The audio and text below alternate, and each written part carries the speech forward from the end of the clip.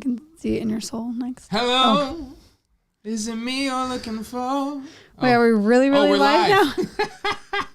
Yeah, that's how I always do mic check, which I don't even have my headphones on, so not even sure I if never that mic wear check them was with you. Successful. Yeah, I'm relying on the comments. Hello, everybody. It's Friday night. Is that even a song? No. Well, you started out like it was going to be, and then you went on tonight, and that's not part of the song, so I don't know where you're going. Whoa. Well, what's happening? All right. Oh, you're watching. Oh, that's turned it. The live stream was on. Oh, my gosh. Hello, everybody. We are just so happy to be here. We're so blessed. The topic we're going to talk about today is what? You told me to show up, so I'm here. You know how that is, right? Yeah. Sarah Beth, yo. Lowered. My internet connection's not fast enough, so it just said it. It's going to struggle bus today. Oh, gosh. Joy. Well, we actually wanted to hang out tonight because we don't have kids. Our children are gone. Tonight. And because of that, typically we try to take advantage of that and hang out. Yes. So we're going to chat with y'all because it's always fun. Speaking of chat GPT told us what to talk about tonight. That is true. I asked Chat GPT the following. I said, give me 10 topics that a pastor and his wife can talk about on a live stream. Number 1, the importance of prayer and spiritual discipline. I probably do that enough. Number 2, the role of a pastor's wife in the church. I feel like we touched on it a little bit. Number 3, building a strong marriage and family. And I would add, while doing ministry. Yeah. Hey, Brenda. Number 4, navigating the challenges of ministry. Okay. Which we've had some of those. Yes. Number 5, the power of forgiveness and grace. That is huge if you want ministry. Yeah. Come on, Chat GPT. It's crazy, this thing. Number 6, the importance of community and fellowship. What was the most loneliest time for you in our ministry? Loneliest time. Send you a long text. Are we good? Yeah. Or, sorry. Loneliest time for me in ministry? Yeah. Oh, man. Hello? Oh. That's not flattering. Probably the beginning, like right at the beginning. It was just, I don't know. I didn't feel like I had very many friendships. Right. And I didn't have anyone, like you were by yourself for sure, but I also didn't have there was no pastors' wives also, because there was no one else on staff. So I didn't have anyone who really understood ministry, like from the wife's perspective.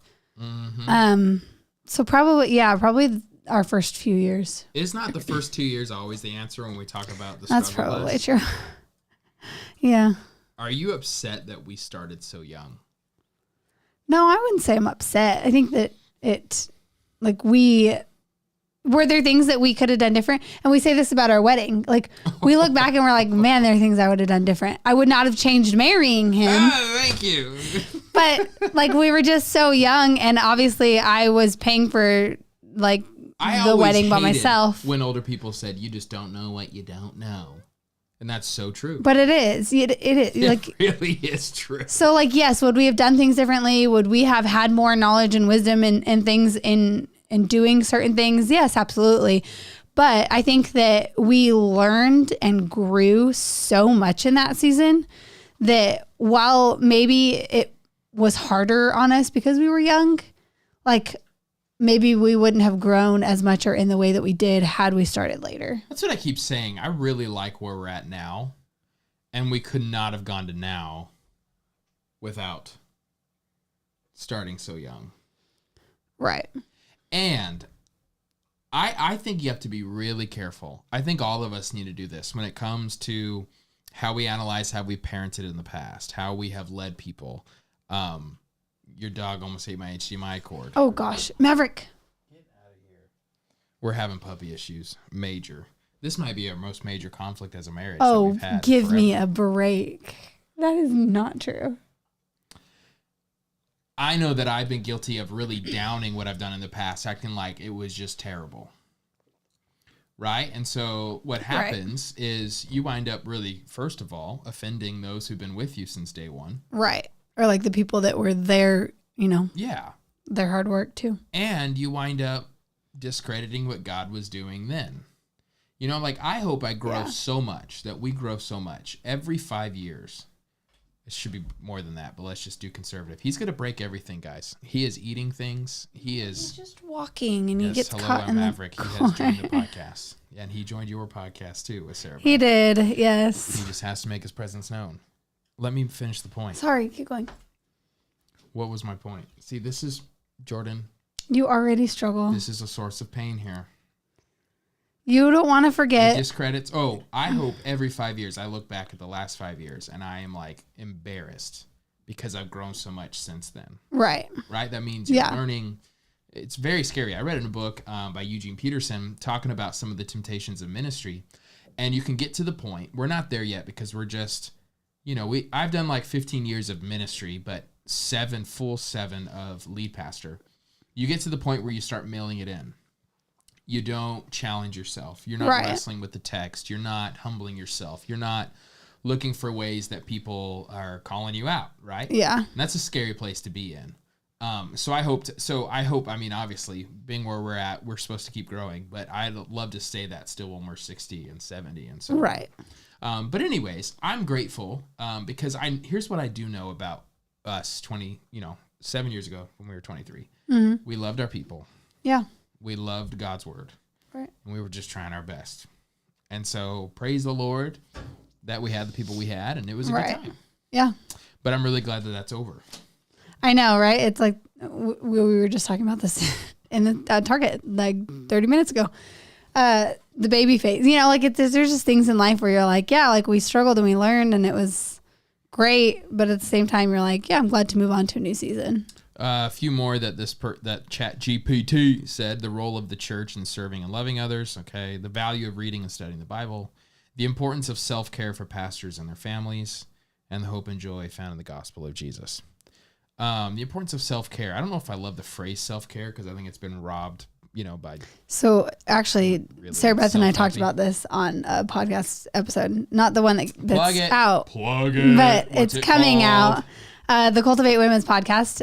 So many of you probably know it's back up. We relaunched. But we actually talked about that, and I was kind of like, I'm not like against self-care, but I think it depends on like what is your form of self-care like allowing you to neglect your responsibilities or like different things like that. So cutting out toxic people, meaning though. People who are calling you out on your junk and your sin. Right. Oh, I need to cut them out for self-care. No, you need to repent. Like, is it causing you to spend all this money that you don't have? There's a lot of aspects to that where you feel like, as a woman, self-care means I have to go drop $80 on a mani-pedi and then I have to go get my hair done. That's going to drop another $180. So it's like the world's definition of what self-care is, I don't think necessarily is what I would consider it. Yeah. But certainly developing rhythms of healthy rest is crucial. So right now we actually just started our Sabbath, but I don't know if we'd count it this weekend. This is not. Because we have a pretty rough day tomorrow. We're traveling all day and then coming home. I don't really want to talk about it because I don't want to get too emotional on this podcast, but going to a memorial service. Yeah. But typically. Yeah, normally it would start tonight and go through to tomorrow night. We got to really figure out what to do. And I feel for here. Let's talk about it. Sports. Okay. I grew up doing sports. Right. Love it. I think sports is a great way that I'm able to reach. Don't show. Oh, they can't see it. No. It's gross. It's yours. No, it's not. What is it? Gum. Oh, good. He got gum off. It's in his paws. That's the first thing he ever did that was good. He got gum off the carpet. Anyways, I'm finding that and we're putting our kids in sports, and I kind of think they're too young, but look at me bringing all these disagreements. What in the world? Seriously. Our 7-year-old and 5-year-old. Is she 5? Yes. Doing sports right now. And it's just so hard because it's like a full day Saturday. And I just want to like be really, because it's about to start. Like, is this a Sabbath rhythm? Which it can be, right? But like running all day, it turns to not. So kind of figuring that out. I was listening, been reading a bunch on the Sabbath because we're about to do a Sabbath series. And one family said that like they made the commitment they only do weekday sports. So if there's a sports program where it's on a Saturday, definitely on a Sunday, they just don't. Where do you find a program that's weekday sports? That I don't know. But I'm just saying, like, I kind of like that commitment of, now who's barking at who? Growling. No, he's growling because he just wants to cuddle. It's getting hot in here.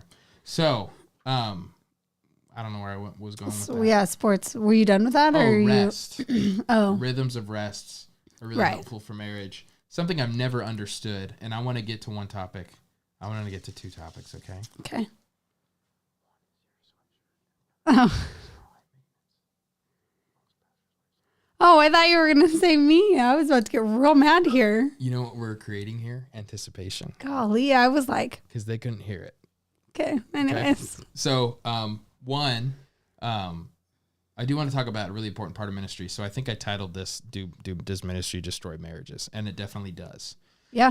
One thing I don't get, and I think being a pastor's kid helped with that, I do not get the allure of putting ministry above family. I just don't understand it. I'm glad. To be honest. That's how you feel. You're too great. Kids are too great. I'll just leave it at that. Right. Right? It's like people come and go. That's a part of life, and that's okay. Like people move. Yeah. We could hear it, she said. Oh, just kidding. I got so scared. Not that it's a big deal. It's not that big of a deal at all. But bam! Oh. I wanted to come up with this. I want merch that says this. Yeah, 4 years old. It's just like, yeah, it's more bunch ball than soccer. Oh. Okay, just one more chapter. That's just beautiful. And let me just say too, when you got this, you're like, isn't this so me? And I'm like, wait, isn't this so me? Like how all who read 220 books this year? Let's go. Why all of a sudden are you the reader in the family? Okay, because I read 220 books this year. Hold on. I look behind you. You know. Okay, you can get your mic back. I'm not allowed. I just think it's really cool. It is cool, and I'm so excited about it. I'm really mad I didn't come up with it. If I just change the font, can I still do it? I don't care. I didn't make it. Well, this is my merch, so thanks for supporting me, babe. Anyways. You didn't buy me one when you bought yourself one. If you're watching this YouTube channel, you are doing a better job. At what? Than you watching. You never watch my videos. I'm sorry, okay? I don't watch YouTube. I don't watch YouTube. I didn't announce a merch drop. That was a test. Didn't. I was going to see if I know you like, didn't. I knew about it. Yeah, 240? No. I said 220, but he kept pushing my mic away so that you guys couldn't actually hear me. 240 books in 1 year? 220 in 1 year, yes. 240 in one. No, golly. Because that 20 more is just, that's astounding. There's no way. Yeah, 220. 220. Well, you know, I did like 60, and I have extensive notes. That's awesome. You know why I'm proud of you. That's amazing. I read because, by the way, your books are actually like really big too. They're like 400 plus pages. Nonfiction 400 is way bigger than a fiction 400. Absolutely. Right? Okay. So I realized I was really down on myself because I didn't hit my 100 marker. Most of my books, though, I was reading was like 300 to 400 pages. Like they were heavy stuff. So I give myself grace on that. Right. Devin doesn't watch my stories on Instagram, and I'm totally offended by it. Right? You need to be the biggest fan. Which I know he is. But I get offended by it. I'm like, come on. Because you asked me the question the other day about read wise. And I didn't even reply to her. I just sent her the link to my YouTube video. Are you eating he's eating the wire. No, Maverick. No. Anyways. The second thing. There are ways that marriages are ruined by ministry. But there are also ways that marriages ruin ministry. Does that make sense? Yeah, right. Absolutely. Okay. I have found consistently, I'm not calling shots on anybody because I have no desire to do that. So don't be trying to put A and Z together. People really close to me, this is not true of them. But I know enough people to say that this is a consistent pattern. How do I put this without being rude? Maverick. Sometimes, I don't know what it is. It's an expectation thing. But something I'm really grateful for is Jordan has understood there are certain expectations and certain sacrifices a pastor's wife does make with hopefully a heart of joy to do it. Right. And I have known several high caliber pastors who have either left the ministry or has completely stunted their vision of what they want ministry to be. Can I say it? Well, yeah, you have to. Because their wife was like super high maintenance. Is that right? Is that okay to say? I know that's like... I mean, but there, yeah. I say that in love.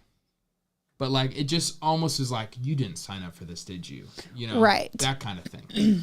Right. Like either they went into the marriage not knowing that the husband wanted to do ministry, or not, maybe like knowing they wanted to do ministry, but not really grasping what that meant, what that would look like.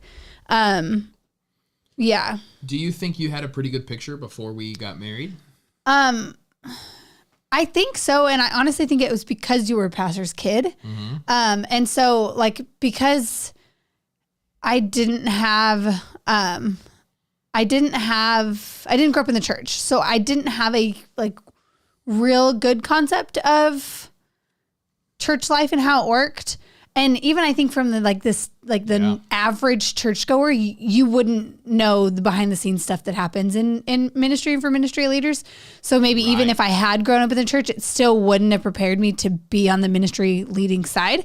But I think because we started dating so young and I saw ministry from your parents' perspective. Yeah. And I got to be on some of those behind closed doors conversations of things that were happening. I think I got a better understanding of what was to come, because you always knew, like from the time I started dating you, I knew like this is where his life is going. And if we're together, this is where our life is going. What are some sacrifices you've had to make? And it's like, oh yeah, this is just a part of the gig. Well, from the beginning, so sacrificing not going to college where I wanted to go to college because she pulled a Topanga of trying to be financially smart, knowing that we were going to end up in ministry. Not sure. I mean, at one point we thought it was missions overseas, but either way, like knowing that being in ministry and not having like have a job that's going to make a ton of money, we didn't want to be loaded with student loans. Yep. So I had to make the sacrifice and do a long distance relationship where you went off to California and I stayed living at home. Yeah. That was probably one of the biggest early on sacrifices and that was such a good example of you sacrificing a bunch and me not as much at all.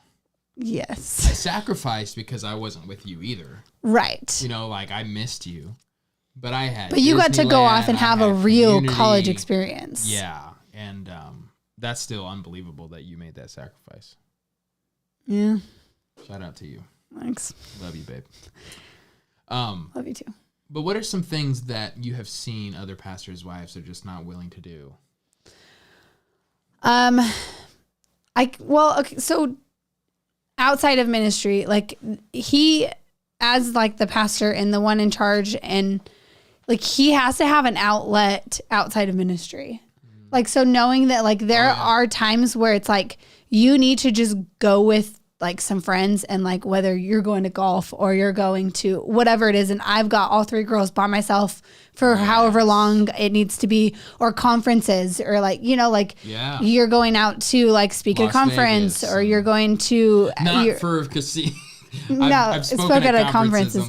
You know, and knowing it's like, okay, well, I've got the weekend and I've got all the girls, or I've got Monday through Wednesday and I've got all the girls, and I've got to figure out school and all, you know, all of those things, and not like sitting back and being like, I can't believe you're leaving, or I can't believe or you're doing that. Or letting me go, but making me feel guilty Right. the entire time. Or saying like, are you having to feel like you have to come to me for my approval to go to things like that? Which I let you in, and you can say no. Yeah, and But you get mad see at me the value. when I'm like asking for permission. Yeah. Like, don't ask. Like, yeah. No, like you need to be poured into. Like your cup needs to be full in order to lead the church from a healthy place, and not allowing you the liberty to do things that bring you joy, like going and hanging out with the guys, going to lunch with them, going golfing.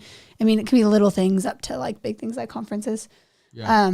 Where I know even just like not even ministry related, I know like of situations, a lot of wives that's not. They say that it's especially of our generation too. That's not a thing. Yeah. Wives don't like the husbands going out without them. Yeah. Now, granted, I love when we go out together, and like that's always really fun. And I think that we're about to like no, and I think that's important too. Like, and you make an effort to do that. Like, you make an effort to like to include me, you know. And that's part of why, like, I think our first year of marriage, when I was actually able to go to California and live on campus and kind of experience the college life, even though we were married. Yeah. Which everyone treated us so differently. They did. But at the same time, it's like, I got to go to everything, you know, like, so you still included me, and was like, it was literally like Jordan and all the guys. Like at the time none of the guys had girlfriends or anything. So it was just like me and all his best friends who became, my really good friends. So it's not that you haven't like made an effort to like, but there are times where it's like, you just need that time to like be a guy and get recharged and filled. A lot of codependency in this generation. I think there's some truth to that. And then we say that with grace. I think just naming it is a helpful first step. And honestly, like I say bravo to my pastor friends who just deal with that. And just kind of like, okay, like, I think I would probably do the same thing as some of the other pastors I know. Like, if it bothered you, like, I'd say, okay, let's just not do that anymore. Like, I do want to that is one way to prioritize you over ministry. I'm just really grateful that you don't put me in those positions, Right. And so I think, pastors' wives, it's great for them to have mentors, other ladies to let them know. You know what I'm saying? Like, right. I don't know how much of it is my role. I don't know. Let's answer. Do you ever feel a bit of resentment? And if you don't feel comfortable answer, I get it, because I feel like even outside of ministry life. Yeah. And this is such a great disclaimer. I mean, he just ate something. No. He just broke my light, folks. We love this dog. Yes, we do. We love this dog. How about you? Yeah, it's broken. Okay, what was the question? Okay, do you feel resentment? Answer that and I'll try to figure this out. Do you feel resentment, like towards things of the church? Is that what we were talking about? Now I'm the one who can't remember. Or that you get to go. I probably did a little bit in college when he was going to Disneyland every weekend and I was like literally stuck at home. But I think now I'm in a place where I feel like I have like genuine, like good, solid friends. And so he allows me the ability to like go and do things when I need to go and do things. I'm not a homebody. I don't like staying home and like doing nothing. And so, and he knows that, like, so he knows there are times where it's like, I'm going to go, get my nails done with Shelby or whatever it is. So I feel like if I didn't have that outlet and I didn't have the ability to go and, I have those friends that I'm able to like have poured into me, then maybe there would probably be more. Cause again, in college, I felt like I was really lonely. I didn't have friends. He was gone. And so there was probably some resentment early on. But definitely like tripped a wire. Like I had to like touch it perfectly. So this is not a good situation. Can you throw that dog away? Yeah, I think you had to work through that. I think that's really good. Obviously, make sure not to rub it in your face and that kind of thing. Right. But yeah, I think there is such a stigma of control in marriages, but I think a healthy conversation and together decision making is so good. Yeah. I've never been like this is how we do it. Right. Well, and I think not that afraid to everyone's leave. I don't know, it's so personality is hard. different too. Yeah. Like, so, You make it so easy. oh, thanks. You know, like, does that make sense? Yeah. It's not like you're like questioning my every thought. You're like, yeah, Right. okay, let's roll, you know? Yeah. I'm questioning that decision though. Pointing at the dog, folks. Vaughn Sanders in the house. Hey there, Mr. and Mrs. Van Camp.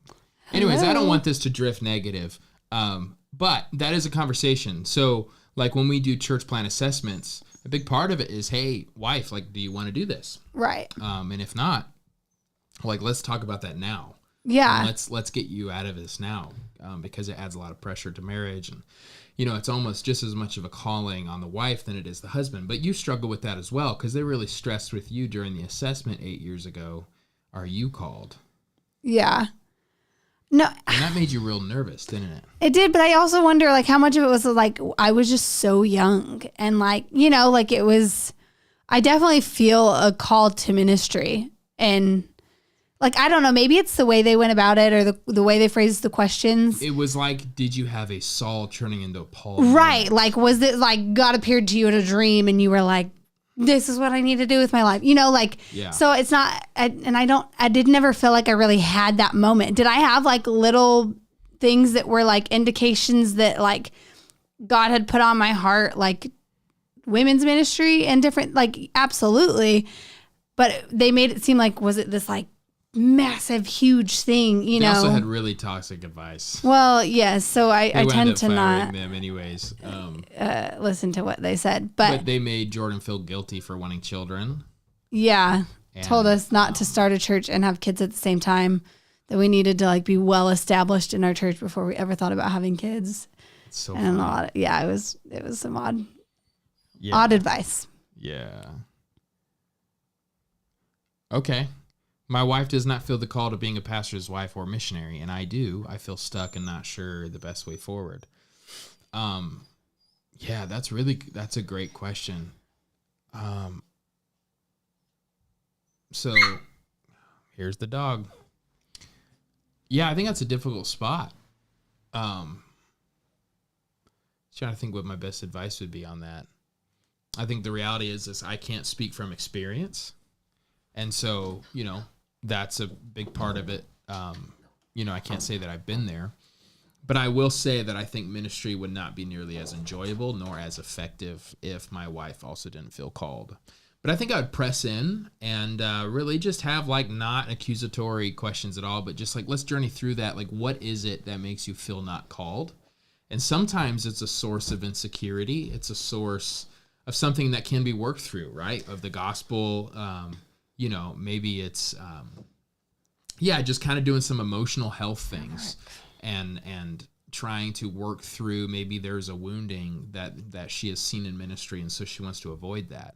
And I totally get that. So processing that out loud. So I think really digging into the layers. Why don't you feel called?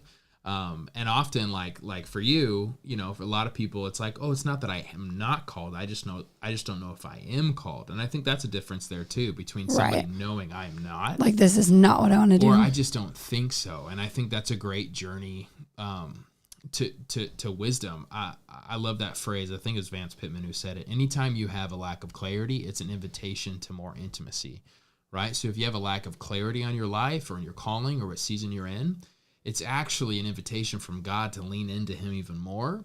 And in so doing, God begins to reveal the path. So I would hold both of those and go, okay, there is a reason I feel called to be a pastor. Maybe dig into those layers. What are my motivations behind becoming a pastor or a missionary?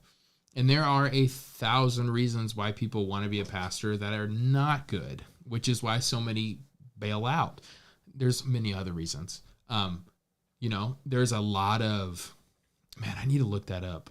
Ruth Haley Barton, in her book, Strengthening the Soul for Your Leadership, is one of my favorite books that I have read. It is of my books that I reread every single year.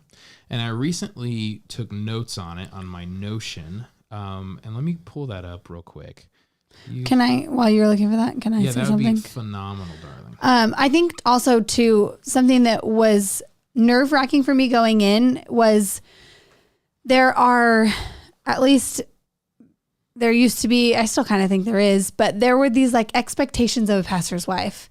And it was like, if you are going to be a pastor's wife, you have to be this, and this, and do this, and this, and be called to this, and this. Like the pastor's wife runs the children's ministry and they teach every week. And like, there was like these certain expectations that were placed. And it was like, if you want to be a good pastor's wife, this is what you have to do. This is how you have to act. This is how you have to be.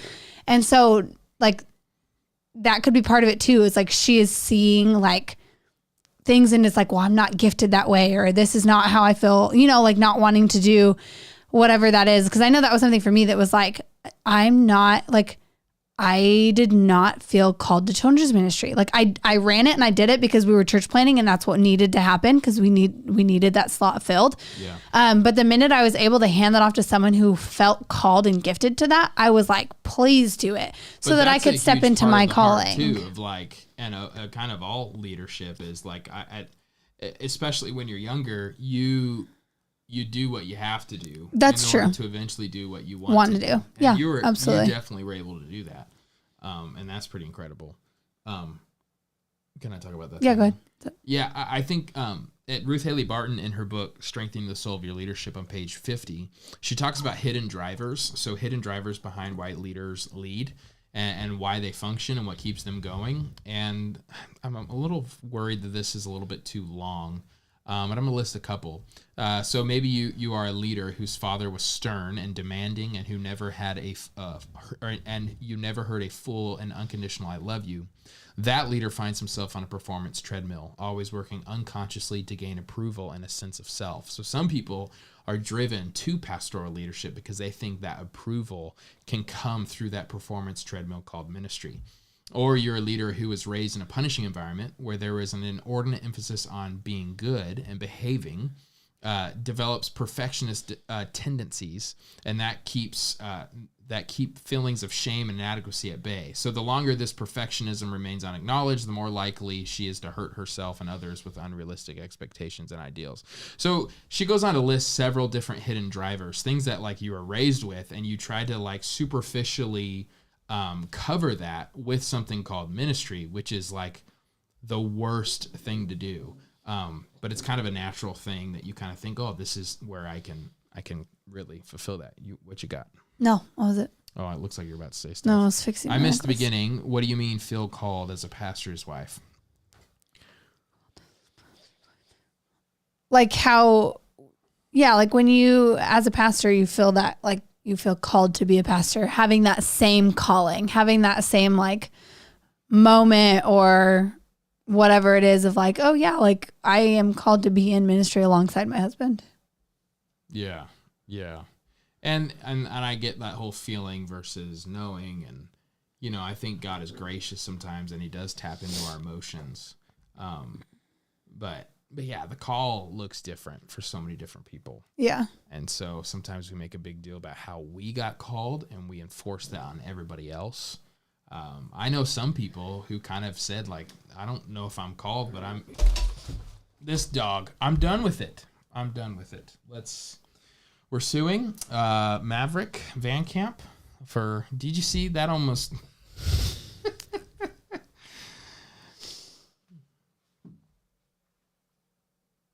Why are they still in here? I tried to put them out. Not really hard.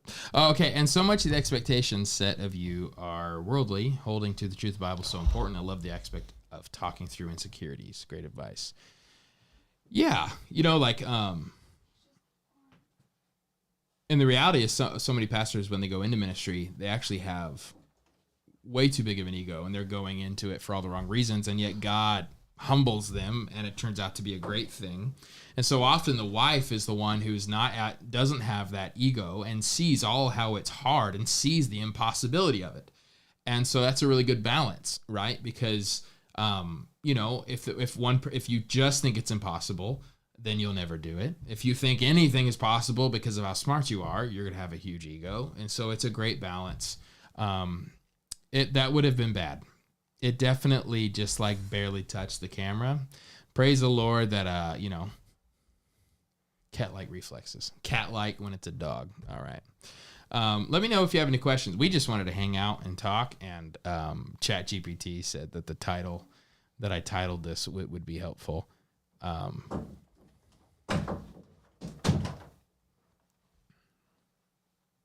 Is it gone?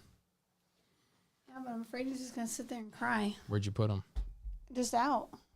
Oh, gosh, son, there's going to be poop and pee everywhere, guys. Nope.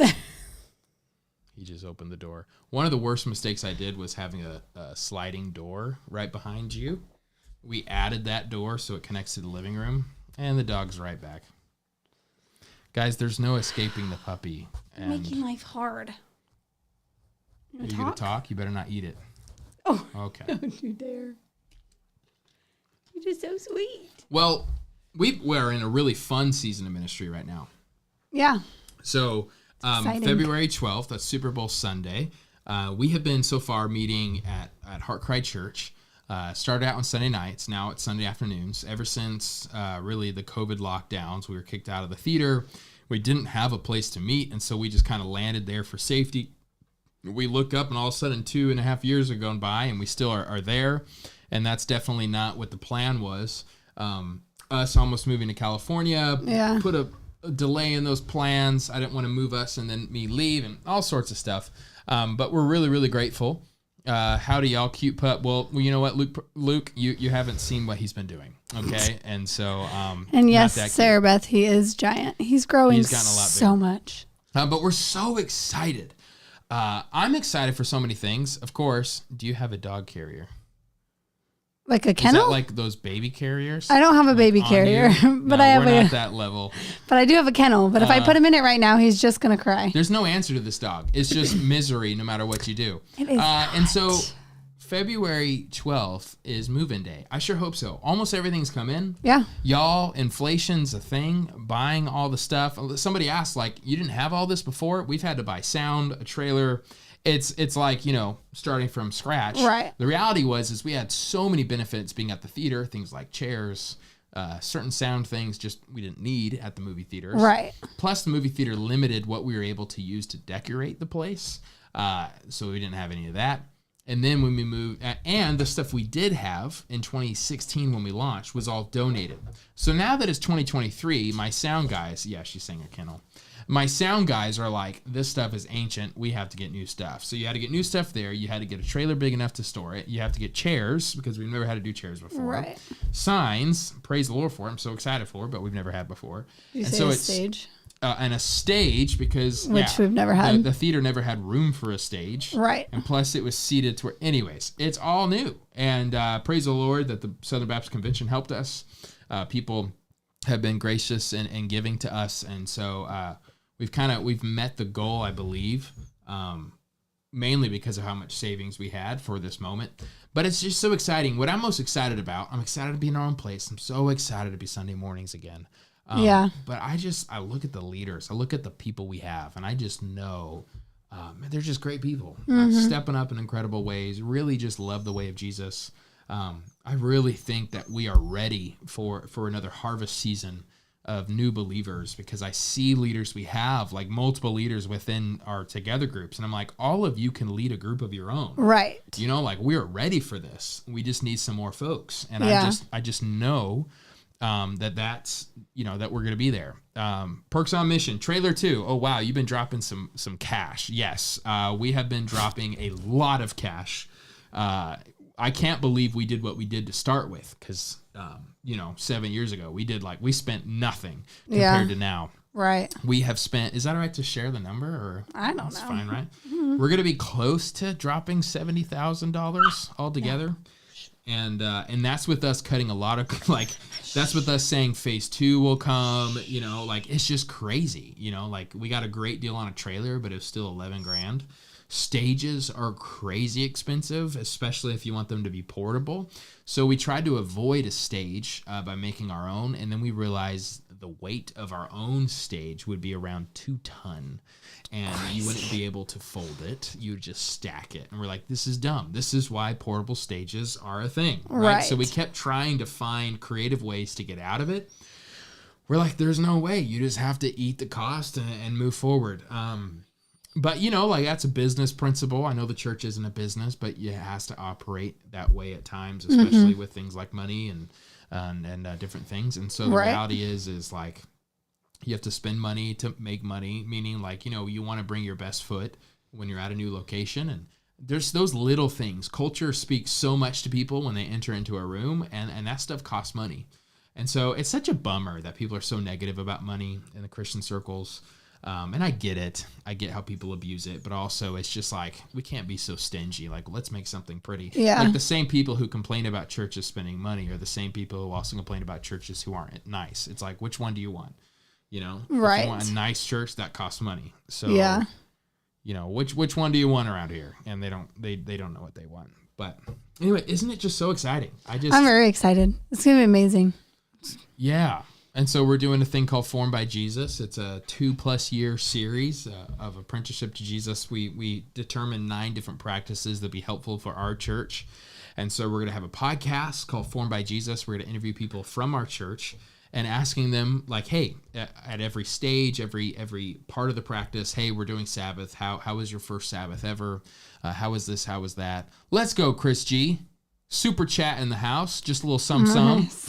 Thank you, $20. Appreciate you so much. And so we just have, like, I'm telling you, incredible people who have sacrificed so much of their time, their finances of recent days. Like, it's so fun to see the excitement. And I know that, like, that's part of ministry. Like, it's really helpful. As a pastor, I'm able to see things before others. You know, first of all, I sit there all day and think about it and meditate on it and pray about it and get excited about it. And so all these other people have their own families to worry about and the day-to-day living, and some people are living paycheck to paycheck. There's just so much consuming their mind. And so for me, like having a building or not having a building, I still see what we can do in any place at all. But it's pretty fascinating to see, like, when we're having our own place, again, it's still meeting portable, but it still feels like our own because we're meeting at another church's location. It's amazing how, like, some of the vision begins to click more for others. And I'm all for that. Like, I'm all for moving if it creates energy and excitement about what we're doing. And I think some of that's the cherry on top, you know, being at a different location. But the driving force of the way that we're trying to lead our people into the grace of Jesus, I'm just really confident that we are primed for a really good moment in the life of our church.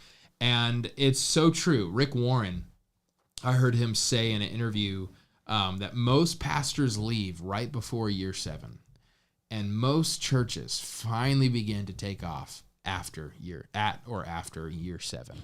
And, you know, it's ironic because I thought the Lord was calling us to California, and I even said that in that speech about maybe leaving. I'm like, this is a bummer because I know everybody says at year 7 things begin to really take off. But then you also hear about that 7-year itch, so I don't know who's right on that, but I know for us, I can totally see it. Like, I am so grateful. I don't love, it's almost a year ago since that whole chaos of us almost leaving and all Crazy. That. Been through a lot of hurt and a lot of different confusion on that. But man, am I happy to be here. Yeah. Right? Yeah. It's our people. It's our thing. There's an excitement that we've never had. Right. Right? In the whole 7 years of our ministry. And it's just a really cool spot to be in. But let me tell you, brothers and sisters, faith and perseverance. As I'm reading the scriptures, I'm seeing that theme over and over again. Faith and perseverance. And man, you can't microwave ministry. It's not cookie cutter. Everybody has their own story. I know I get so discouraged on YouTube. People say, oh, don't worry. You know, I was on YouTube for 2 years before I hit 100,000 subs. It's like, get over yourself. You've got to be kidding me. Right? And church planners, we love to share those stories. Man, for a year we were in the garage and now we have our own building. It's like, okay, what about homeboy who's been doing this for 15? Right? So we all have different stories. Yes, Sarah Beth, we are so pumped, so humbled to be a part of it. We see the vision. Thank you. So if you guys didn't know, Sarah Beth and her husband Devin are a part of the crew. So I'm telling you, like, how long would you say I haven't had, how do I word this? Just that natural, exciting energy that I've been having lately. Oh. How long of a gap was that between, you know, because I have it now. Right. Like last weekend was our first weekend that we set up at the junior high, and then we had to tear it down right away. I could barely sleep that night. I was just so excited. Man. But there was a lull. I mean, and I don't think it was disobedience on our part. It's just a part of the Christian journey. Yeah. It's a part of leadership. But there have been many days. I was talking to Chad Brooks on the phone. He goes, Trey, there's a lot of times where ministry is just a job. And you have to show up and do it even though you hate it. Right. Not saying I ever hated it, but it's just hard. It's hard. No energy. How long do you think that went? Now, Like of course, there would be a highs. year And, almost? there would, of course, be times where I was excited, but an overall was just hard. You think it was just a year since that fiasco? Really, I think Which is so. what we call it. Because that was not on our radar before that, prior to that. So I guess I guess it would be a little over a year since the process started to the. Can you guys hear that dog? I hope not. Probably not. These Shih Tzu 70s are pretty great. I put him all the way in the closet. Seriously? He sounds like he's right over there. I put him in the closet. Yeah, I mean, so probably a little over a year, I would say. Yeah, that's really hard just to keep pushing when you have that. Henry Nouwen has a really great quote that I think is really helpful.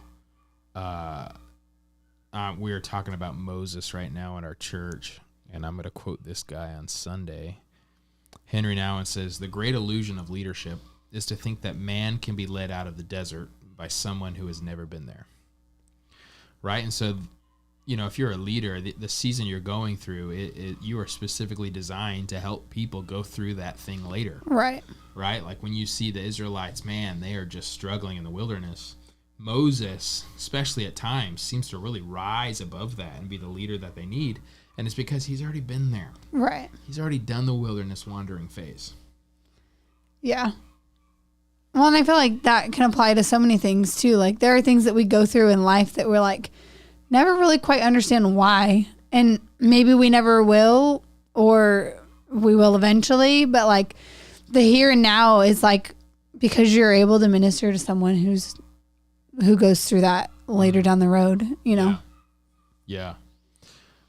Vaughn says, having your own building isn't all it's cracked up to be. We had a pipe burst that flooded and damaged everything except the sanctuary. Oh my gosh. I'm sorry, Vaughn.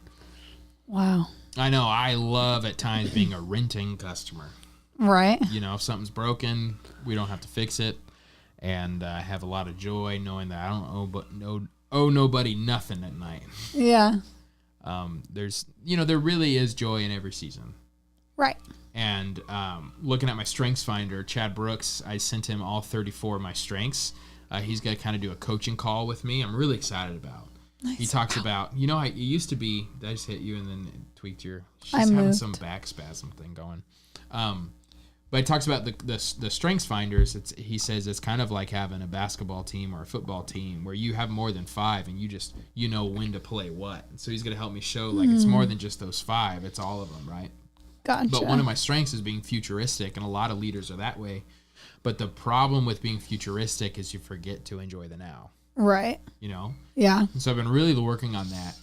The book by James K. Smith called How to Inhabit Time was really helpful in that, just showing me it's actually a blessing that seasons come, and it's a blessing that seasons go. Right. Right? Like a very small example of that is every year we watch Mickey's, is it Once Upon a Christmas or twice when it's Christmas every day? Every day, those ducks. I think it's once. Yeah, it's like if you had the same thing every day, it's not as great as you think. And right. I'm the guy who wishes, this season, wish we did this every day.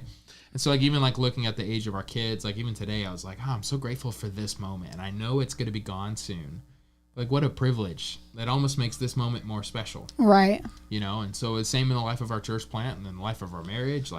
Really trying to discipline myself to see the beauty of the now and not just always be straining. But you want to strain towards the future, but not at the expense of the present.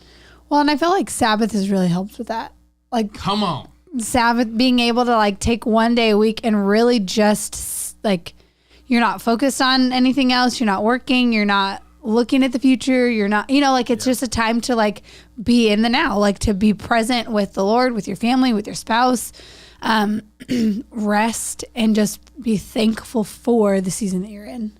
Yes. You know, we're starting with Sabbath of the 9 practices. We're starting with Sabbath because the more I've read and the more we've practiced it, I really believe Sabbath is the gateway to all other practices. So as I was reading, people are saying, you know, you begin to Sabbath and it opens up more opportunities to be hospitable.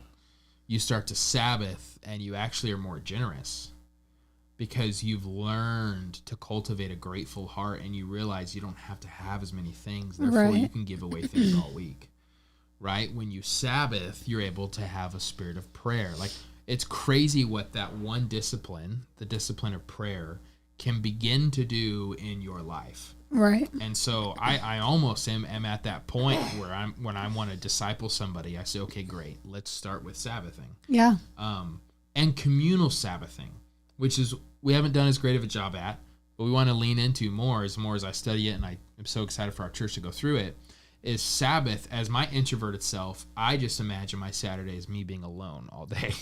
And sometimes that's great because like you go hang out with your family and friends and all that, and I just stay at home alone. And sometimes, some weeks, it's what I need because I've been with people all week, making decisions, this, that, meetings, counseling. But it's so cool. We haven't really had this, but I'm excited for the opportunity to Sabbath with people who are also Sabbathing. Right. Where we're all like, look, we're resting together, celebrating, feasting together. Yeah. And, you know, Sabbath is a gateway to fasting. I saw somebody say the reason we can't feast is because we don't know how to fast.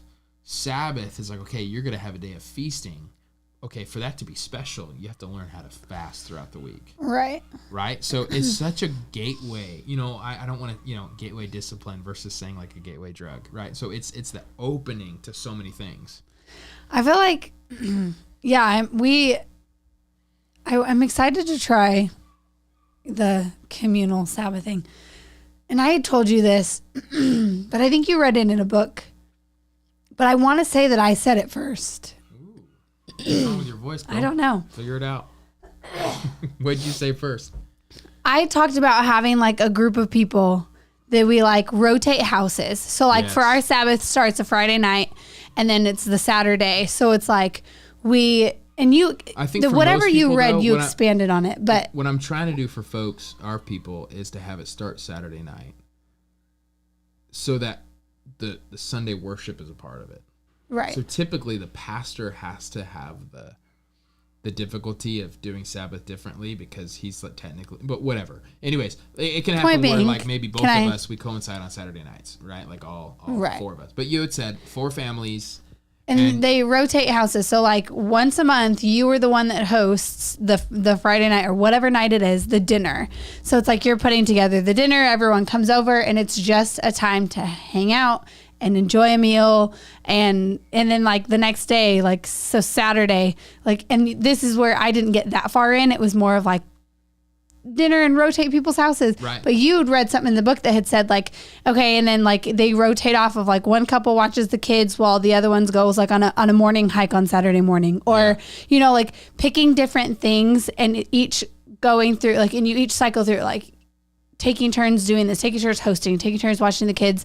Well, you know, but being able to do that together where you're focused on rest and community, like just building relationships and just like being present with each other. And that's something that I feel like, especially, and I think Sarah Beth and I talked about this in one of the podcasts coming up too, is the importance of community. That goes hand in hand. It's like, how do you gain a community? How do you gain friendships? How do you get to this point where you don't feel so lonely in life and ministry? It's hours spent together. TIME. And it's like the more time and effort you put into a friendship or relationship, the more it's going to click, the more you're going to be closer friends. And so being able to like have that in a group of people where it's like you get to that point where it's like any one of you could show up at anyone's houses on any day or time and it'd be like, hey, cool, like my house is a mess, but what do you need? Like, I'm here for you. Yeah. I'm struggling today. Like, I just need you to pray over me really quick. You know, whatever it is, so like badly want to create a church community. Yes, like to be able to just like drop by at anyone's house and be like, I need you in this 'Cause I moment. I'm need you. struggling, or I want to bless you because I know you're can struggling meet in this all the moment. needs of So I'm vain. bringing you cookies, like whatever it is, like just to have that community. And in order to get to that point, you have to spend that investment of time together. Which and is going to be awkward. It's going to be right. You have to go through those phases Yes. to get to the good stuff. Awkward has been one of the biggest obstacles for our people. I hear that over and over. I want to do that, but it'll be awkward. Right. That's great. Awkward's awesome. Now, let me highlight Andy, because Pastor Andy, he's an incredible guy, great leader, and I have not texted him back. He texted me the other day, and I know it's a loaded question. And so I was like, I love that question. Let me hit him back. And I think I began to Sabbath or something. So well, he's not great at texting, but call him instead. Yes, Andy, please call me. I will answer your phone call, and we will have a wonderful time together. But he brings up a great point. I hope you're still listening, Andy, because I sure appreciate you. Sabbath has been huge for my sustainability and the ability to continue to run hard in ministry. Yes. Rest and hard work go hand in hand. Yeah. And so when we talk about Sabbath, like it's actually the most, it's for the people who work hard. It's the best thing for your productivity. I've heard a lot of people say like, oh, great for people to talk about Sabbath once they made it big. Like, oh yeah, this pastor can write a book on Sabbath, but that's because his 20s, he was grinding and now he had a huge church. And now, it's like, no. Actually, like the data shows, and you don't do this for the purpose of, but a benefit of Sabbathing is you're actually more productive than people who work 7 days a week. Right. And so that's a really big thing. And putting in effort, even if it feels uncomfortable, send the text, call the person, show up for the friend. Yes and amen. And everybody likes to complain. I think you talked about that on the podcast. Oh, that person, he never reaches out. Yeah, we it's did. Like, you never reach out. Like, right. You can't always sit takes back two and to tango. expect. Yeah. And I know that gets exhausting, to be the one who's the only one reaching out. TIME, so true. Chris Shepard's great. Chris Shepard's on the book club, TreysBookClub.com. Nice. I am asked regularly how I keep the pace I do. The number one answer is I'm protective of my Sabbath. That's awesome. Yeah.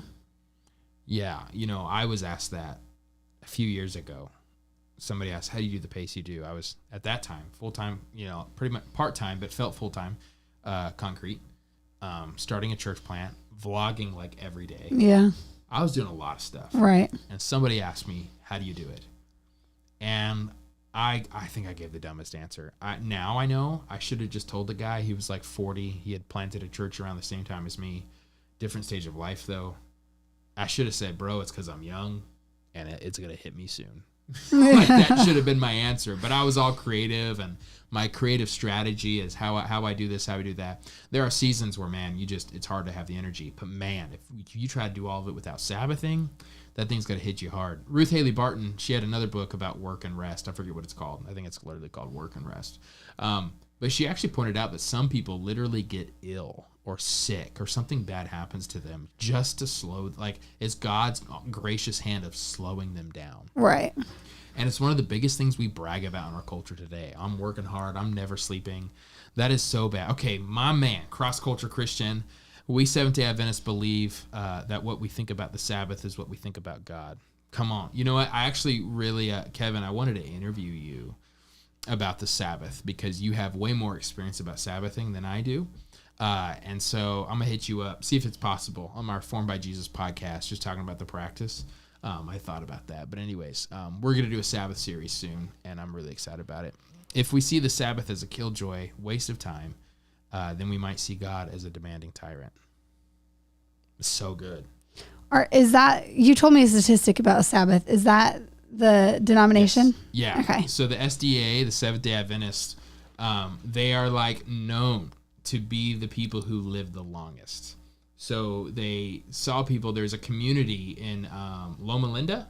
Oh, okay. I think that's what California. you said. Yeah. And they live to be all 100. And the data was because they all Sabbath together. And they actually did this where they lived, Seventh-day Adventists, it was either this community or all y'all together. You tell me, Kevin. They live 11 years longer than the average person. It's crazy. Guess when you accumulate your life of an average person's life, that lifetime, and you take all the Saturdays, it equals 11 years. Oh, right. That's so what you were saying. God gives back all the days you took off. Right. Right? So if you like lived to 77, it makes sense. 11 of those years were Saturday. Wow. And they get an extra 11 years. I'm not going to lie. Sabbath's like a foreign concept to me. Just don't know how to do it well. But I'm envious of those that do. Maybe I have too much on my plate. Yeah, sure, bro. I think the sugar in my chai has shortened my lifespan. Which one are you laughing at? That? Yeah. Yeah. Yeah, Chris, it was very foreign to me. And if I can just be gentle here, John Mark Comer, his book is called The Ruthless Elimination of Hurry. Fantastic book. Yeah. I'm trying not to, I'm such a Comer fan. But I'm just saying I read it. Good. And it's really good. Like, my family's slogan is hurry. Not ours. But the Van Camps. The ones he grew up. And so, like, it's so funny. Like, even now, like, extended family makes fun of me that we Sabbath, It's like, you lazy people, right? Yeah. So, like, it's not something I grew up with. And rest, to quote my book, ironically, takes a lot of effort. Right. And I love in Hebrews, it says, make every labor to get into Sabbath. I know I said that wrong. But he talks about laboring to Sabbath. And that's so hard for us to... But you know what's hard for me? To not touch my phone on Sabbath days. What's hard for me is to not learn something on Sabbath day, right? Like, meaning I'm in a podcast or I'm... Like, I like to be in the know of so many things. It so just strips everything down to its simplicity. Gosh, she's gonna... And what I love is a lot of the people I'm reading... They're honest and they say it takes a good 6 months to a year to begin to like fully enjoy it and fully do it. I know when I began Sabbathing and I actually still feel a little bit hypocritical about preaching on it because I don't feel like I do it great a lot. But like, it really takes the full 24 hours. And man, for me, like I would do great for 4 hours and then just revert back to my tendencies. And it really does begin to show, like, why am I having to reach for this? Why am I afraid of silence? Why am I afraid of rest? And it's so funny because I was taught by, like, Sunday school teachers and this and that, like, Sabbath is such a religious thing. It's the exact if you're using that phrase religious in the negative term, it's like the exact opposite. It is making space for the grace of God. It's not about passing a test. It's about placing your trust. It's a beautiful thing. And so, yeah, I think we have to recalibrate our calendars. We have to think through, is this really necessary? Do I have to do this? And the other thing, one of the biggest things, and I need to not, because we're about to preach on it and we need to go get dinner. But Sabbath is called Stop Day. There's a really good book called 24/6 by a Christian doctor, and he calls it, we need to live off 24/6 because the seventh day is holy. But he calls Sabbath day in his family Stop Day. This is so huge because the reason why the Sabbath in the Jewish calendar was actually set to be at a time right at sunset is God was in charge of the calendar. You're not. And if we begin to say, okay, I'll Sabbath when I'm ready, you'll never be ready. I'll Sabbath once the laundry's done, once this and that and that and this, you're going to be running behind, right? And so Stop Day means, y'all, now's the time. We didn't complete it and that's all right. Let's now rest. How would you answer that? Was Jordan on board from the beginning, or did you start solo and invite the family into the rhythm later on? I mean, I definitely felt like you started learning it first. Like you learned of the concept and was like, hey, like we should implement this. But I think I was on board from the beginning. I mean, you can tell me if I'm wrong. You love the idea of me slowing down more, so you're like, let's do it. Yeah. Yeah, a day where he's not like... If struggles with it in this relationship, it's more me than her. So you're like, yeah, let's roll. Yeah, I'm like, that's... it. Yeah. For me on Sabbath, I listen to things, podcast books, for my enjoyment, not learning. I caught myself listening to a leadership book today and immediately stopped. So that's my problem. He does that, right now, because he doesn't read fiction. So he doesn't... I have to he can't read to just enjoy. He has to read for knowledge. I'm trying to get into Lord of the Rings. That's my thing. But to be honest, it feels like labor. So then I just stop. And so for me, like, especially like things like this week, like I was really using my brain a lot. This pastoral ministry, we do that a lot. So Sabbath for me is like in the summer, it's kayaking. It's going on a walk. It's hiking. I love going on a bike ride. That stuff's so enjoyable to me. So for me, getting rid of all electronics is big because I am so, and I think I'm pretty fairly wise in what I consume, but man, I use a lot of my moments to learn, to aggregate material, to get ready for the next thing. And so I just have to kind of quit cold turkey. Fit tune. What's that? Oh, fiction. I was like, what's fit tune? What's fit tune? That sounds amazing. Fiction is king. Yeah. I got to get into that. I just can't. I don't know. Apparently I'm weird. Although I don't think I'm weird. I think he's the weird one. I am. That can't, like, I'm watching a movie. I'm watching the scene play out in my head where he's like, I don't understand. Like, he doesn't see it. So for me, it's just as enjoyable. It's not work. Yeah. I think my wife is against it from a hurry standpoint. I think it is just not something she has been exposed to much, so it feels strange. So like eliminating hurries, that you're saying, because I know a lot of people, nothing involving fitness would comfort me. I think a lot of people, they don't like the getting rid of hurry because it looks like you're getting rid of like working hard. And so John Wesley has some sort of great quote about how, what's the John Wesley quote? Anyways, it's essentially something along the lines. Hurry's not we're against hurry, but we're not against like working hard. I forget what the phrase is. Gotta go, bro. Leaving you with the greeting that we give to each other on Sabbath. Happy Sabbath. Look, practicing what you preach. So good. We'll catch up, man. If you guys don't know, Kevin Wilson here, Cross Culture Christian. I don't know. What is he at? 500,000 on TikTok now? Crazy. Doing crazy things. A book deal. He's a author about chai and the way of Jesus. He's just doing great stuff. But I knew him before he was famous. We hung out in San Diego right before COVID shut down the world. Remember that? Yeah, I do. On the beach. He gave us Gatorades, and he was such a cool Yeah, dude. it was awesome. I have such a cool internet community. What? The dog put a hole in your favorite? No, your gum is on my footer. We're getting rid of the dog still. Because that gum was fine where it was. It's not. It is gum. I know it is. It's not me. You have gum everywhere. Well, anyways, always. Friends, stay in the minute. Keep your hand at the plow. Just keep going. If you ever want to reach out, tell me more of your fears of Sabbath. That would really help me in my sermon prep process. Yeah. We're trying to figure that out. We have so much going on. I'm so excited about the Sabbath series, but I'm also so focused on getting all the stuff ready for the building. There's so much going on, and I'm trying to figure out my YouTube channel. It's a mess, but it's a good mess. It's an exciting mess. And with that, we'll see you guys soon. Is that good? Yeah. We got things to do. I'm hungry. Yes. Goodbye. Grace and peace. Shout out to my Patreon supporters. Brother, I'm telling you, keep hating on the dog. He's going to get chews before you. Do you think you'd ever put the dog before me? No.